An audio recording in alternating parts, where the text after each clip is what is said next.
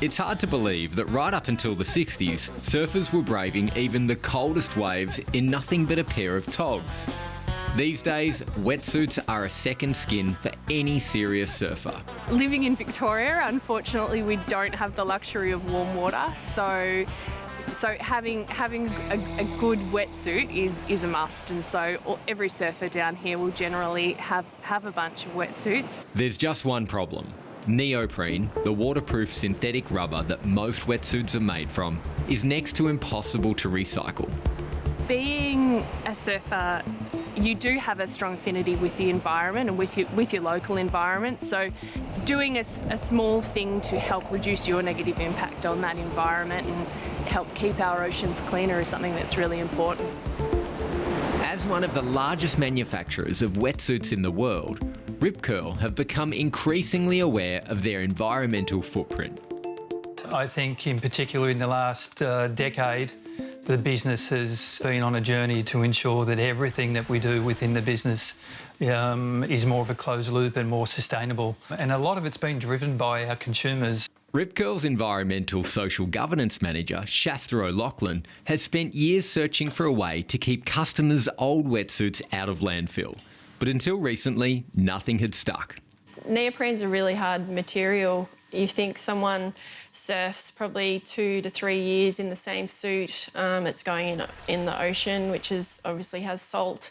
A lot of people wee in their wetsuits, so they're contaminated materials. So to try and find something that we can actually put it into is a challenge. Yes, it's been a holy grail of ours for many years. We've used the wetsuits for a range of things over the decades, including archery, butts, punching bags and the like, but we just had way too many wetsuits.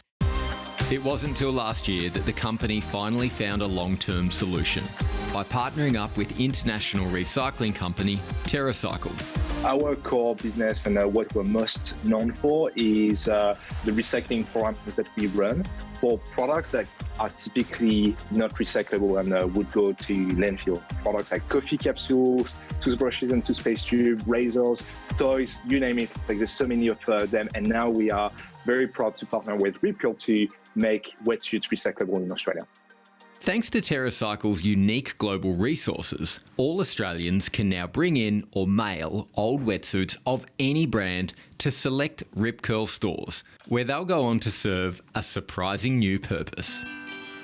The second life essentially is child playground matting that you see in various play parks. So it's not the top layer of the matting, it's not the coloured sort of nice matting that you see, because wetsuits are all different colours, so it's basically the underlay, so sort of like carpet underlay that sits underneath and gives us that soft cushioning feel for safety if children fall down.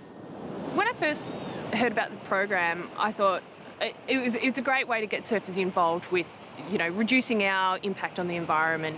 Obviously being a mum and having kids and going to the playground, the ones with the soft fall matting are always a benefit.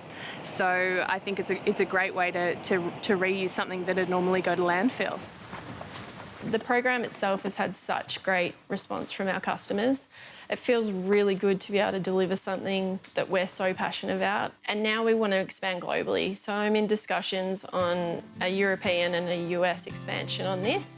And I think that's what makes TerraCycle such a great partner, because they do have that global footprint.